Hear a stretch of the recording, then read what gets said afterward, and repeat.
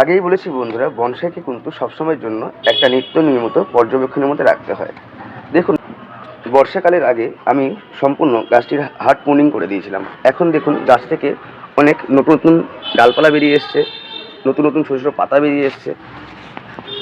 কিন্তু এমন কিছু ডালপালাও বেরিয়ে আসছে যেটা আমার এই বনসাইটির সৌন্দর্য নষ্ট করছে। দেখুন, এই গাছটির এই 3টে ডাল দেখুন, গাছটি থেকে সম্পূর্ণ আলাদাভাবে বেড়ে উঠছে। এখানে আরেকটা ডালও বেরোচ্ছে, এই দেখুন। এই ডালটা কিন্তু আমরা রেখে দেবো, পরবর্তীকালে এই ডালগুলোর সঙ্গে কিন্তু সামঞ্জস্য হয়ে এই ডালটাও বেড়ে উঠবে। আর এই 3টে ডাল এখন আমরা কেটে দেবো। চাইলে এটাকে আমি ওয়ারিং করে দিতে পারতাম, কিন্তু ওয়ারিং করব না, কারণ ডালগুলো, এই ডালটির নিচের থেকে বেরিয়েছে, পরপর 3টে ডাল বেরিয়েছে। হ্যাঁ, তো এই দুটো ডাল যদি আমি কেটে দিই, এই ডালটাই কিন্তু যথেষ্ট আগামী দিনে গাছটাকে সৌন্দর্য রাখার জন্য। তো আমি করব কি, এখনই এই 3টে ডাল আমি কেটে দেবো।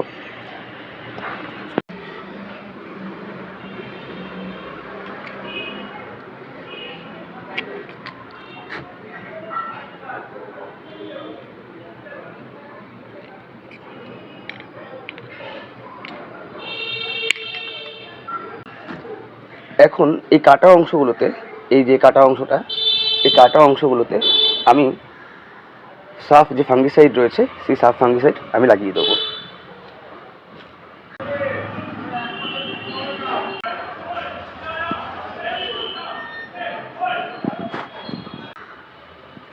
এইভাবে কিন্তু বনসাইয়ের কেয়ার করতে হয়।